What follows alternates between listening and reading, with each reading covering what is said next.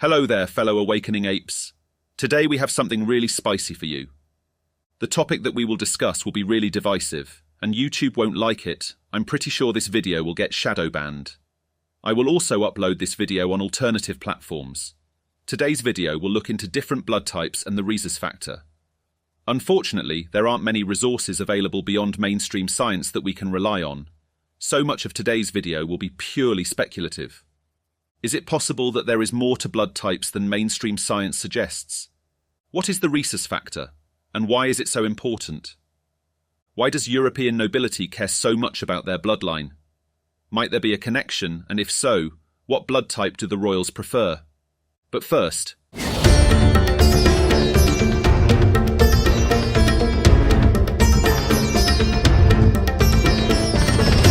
if we want to dig deep, beyond mainstream science, we first have to see what mainstream science has to say about blood types. We first have to establish a foundation before we go deeper. So what are blood types and where do they come from? According to your school books, there are 4 distinct blood types: A, B, AB, and O. But here is a brief TED Talk that will give you a reminder of the subject. But how do we get 4 blood types from only 2 antigens? Well, the antigens are coded for by 3 different alleles, varieties of a particular gene. While the A and B alleles code for A and B antigens, the O allele codes for neither. And because we inherit 1 copy of each gene from each parent, every individual has 2 alleles determining blood type.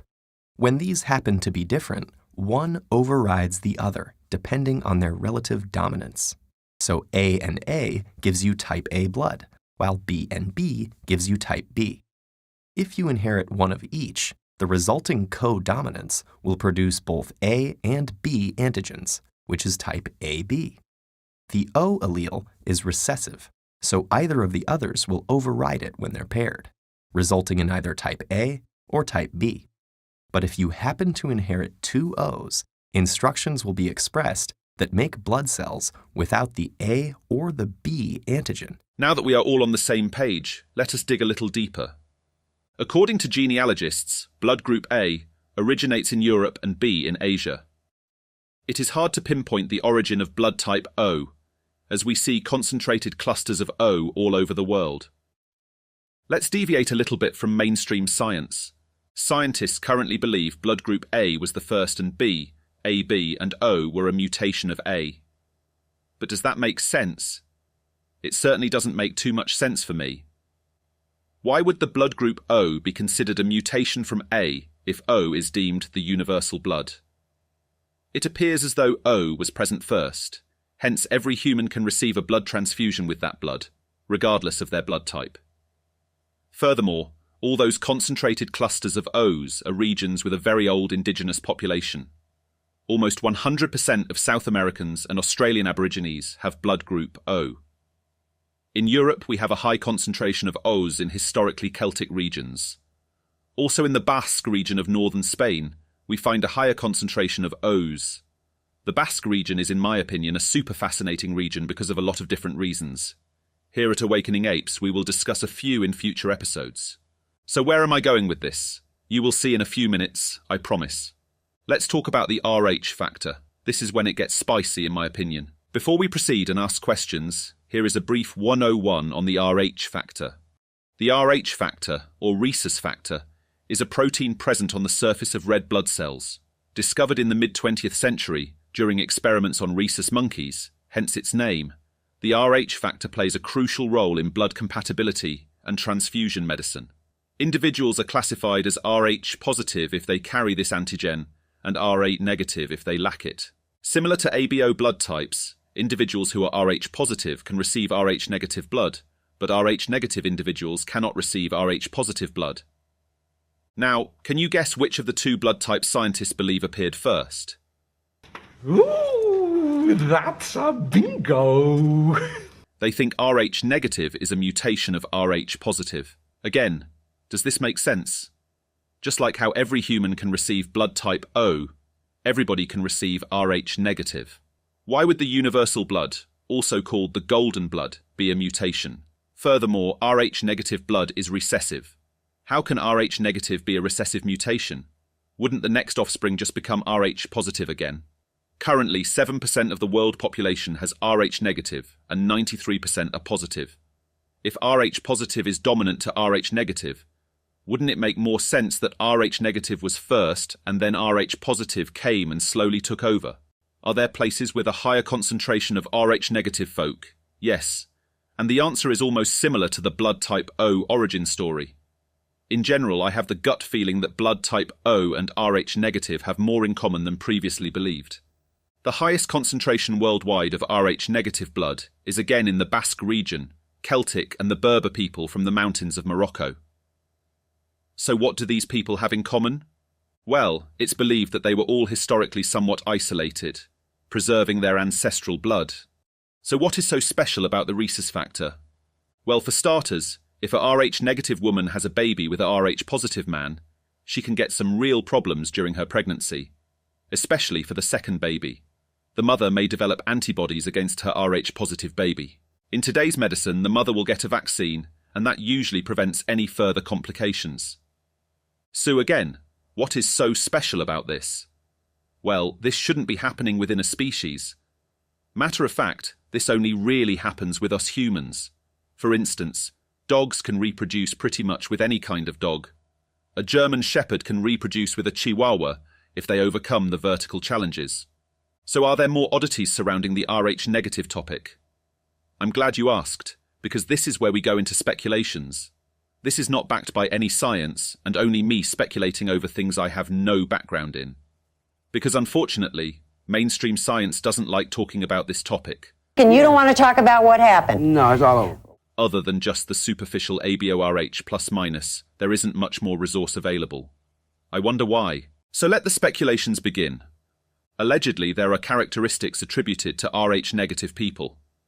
Firstly, the most obvious is the appearance. Rh negative people commonly have blonde or red hair and green or blue eyes. Some people say that having an extra rib or vertebra is more common with Rh negative blood. Also, it has been rumoured that the Rh negative have lower blood pressure and are colder to the touch. According to some claims, they are more sensitive to the sun.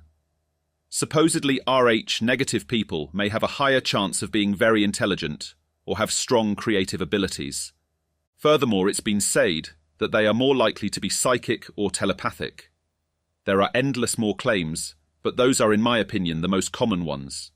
Well, this is all quite wild, right? Is there any science that would back those claims up? No, not officially. Those previously mentioned attributes are categorized through Facebook polls, chain emails, etc. So please take this all with a huge grain of salt. Nevertheless, it is fun to speculate over stuff like this, especially when the last few years taught us how much we can trust mainstream science. So, let us dig even a little deeper. Buckle up, because now we are getting in the woohoo zone. Some people claim the Rh negative blood has some kind of relation to reptiles, since some attributes resemble reptiles, like the low blood pressure and cold to the touch, whereas the Rh positive closer to the monkey side, hence the warm blood. In the beginning of the video, I mentioned the royals. Now, how do they play a part in all of this? Well, it's been documented that most royals, independent of their country, have Rh negative blood. From the English to the Swedish royal families, most have Rh negative blood, and a large number of those also have blood type O. Ever wonder why the royals of Europe would only marry themselves? It seems to me that they would like to keep their blood Rh negative. So it appears that there is more to royal bloodlines than we thought. Whereas it is easy to understand how they all have the same blood, since they are all related to each other, it is a lot harder to understand how a lot of celebrities and politicians have Rh negative blood. Remember, around 7% worldwide have Rh negative. How is it that all 4 of the Beatles are Rh negative? From the 46 presidents, we know at least 20 of them have Rh negative blood. An uncanny amount of Hollywood actors and musicians have Rh negative blood as well. How can we explain this phenomenon, if there really is nothing more to the Rh negative blood? Why is there no more research done, and why is it so hard to find anything about this topic? There is one last thing I would like to mention before we close out this video. Remember when I brought up some vaccines for Rh negative mums? Well, this is a hot topic in itself. 4 years ago, I would have gotten banned, just for saying the word vaccine. So people have been doing their own digging, and it turns out the mums who received the Rh-incompatible vaccine tend to have a significantly higher number of Rh-positive babies compared to those who did not receive the vaccine. The way it seems to me is that our elites are trying to keep their blood Rh negative and want you to become Rh positive. I understand this is a far-fetched claim, and as I already said, I have no background in said topic. I also don't know my own blood type, so I'm not trying to make my blood type sound cooler. I'm just interested in this topic and would like to open up discourse, since I believe we should talk a lot more about something as important as the blood running through our veins. If you like this video, please be free to hit the like button and subscribe if you don't want to miss the next episode.